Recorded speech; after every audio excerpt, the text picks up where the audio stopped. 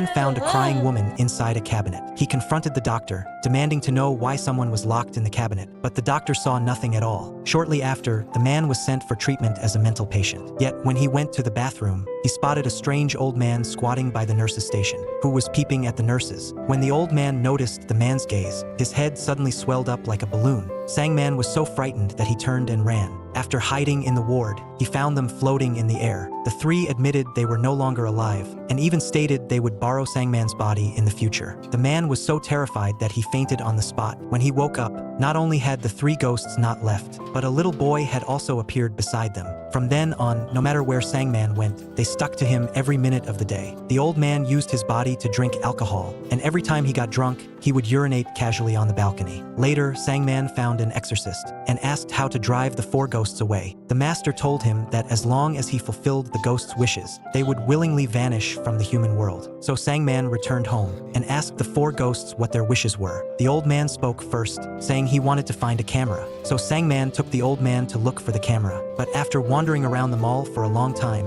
the old man insisted none were the one he had when he was alive. He asked the old man for a clue, and the old man replied the camera was in a veteran policeman's hands. Sangman complained why he hadn't said so earlier, but the old man explained that unless the living asked, the deceased couldn't take the initiative to reveal information. Next, they went to the police station to get the camera, but the old policeman refused to acknowledge having it, and even found an excuse to detain Sangman at the station. Fortunately, the old man knew many of the policeman's little secrets. Threatened by the old man's words, the policeman finally returned the camera. After that, they went to a nursing home. It turned out the camera originally belonged to the old man's friend. After the friend died in an accident, the camera had never been returned. The second wish was the little boy's. He wanted to watch an anime movie at the cinema. At that moment, Sangman rediscovered a long-lost sense of joy. As for the Uncle Ghost's wish, it was to find a yellow taxi. With the help of a kind old car dealership owner, they successfully obtained short-term use of this old car. They drove toward the seaside. Although he didn't know why the uncle wanted to go there, when they arrived, Sangman remembered. It was his first time seeing the ocean.